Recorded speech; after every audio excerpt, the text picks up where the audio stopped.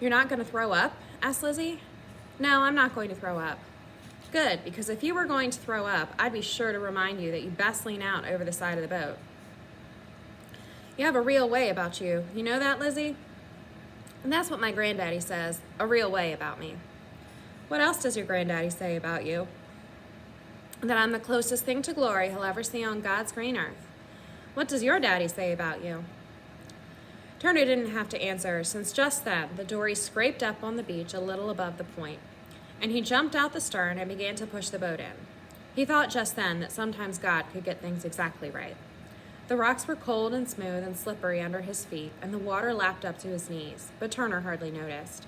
He watched Lizzie stow the oars neatly along the sides, saw her twist and reach for the hooked rock that she would toss over for anchor, and felt the boat quiver a bit as she stood, balanced lightly, and finally jumped out the bow, her feet sending up a frothy splash.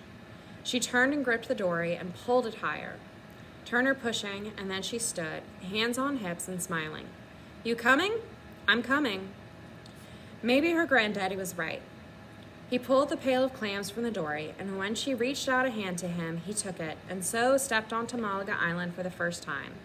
The sounds of the water rushing through the rounded stones, the salt pine scent of the air, the gaggling cry of a single gull flopping around with its head lowered, the sea breeze coming up suddenly against his back, the warm feel of Lizzie's hand as she led him farther up into it all. Lord, thought Turner, Lord. Together they climbed up to the center of the island, where the trees were thick and high. She showed him the graves, and they stood quietly together and were careful where they set their feet.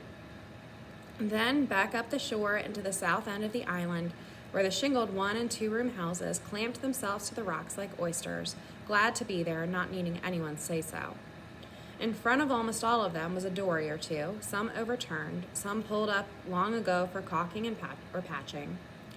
Near them, half-moon lobster traps bleached under the heat of the sun, the salt dried to white streaks along their boards, their rope netting stiff and a bit ragged. High dune grass hid the paths up to the houses, in fact, almost hid the chopping block one man was using to split his cordwood.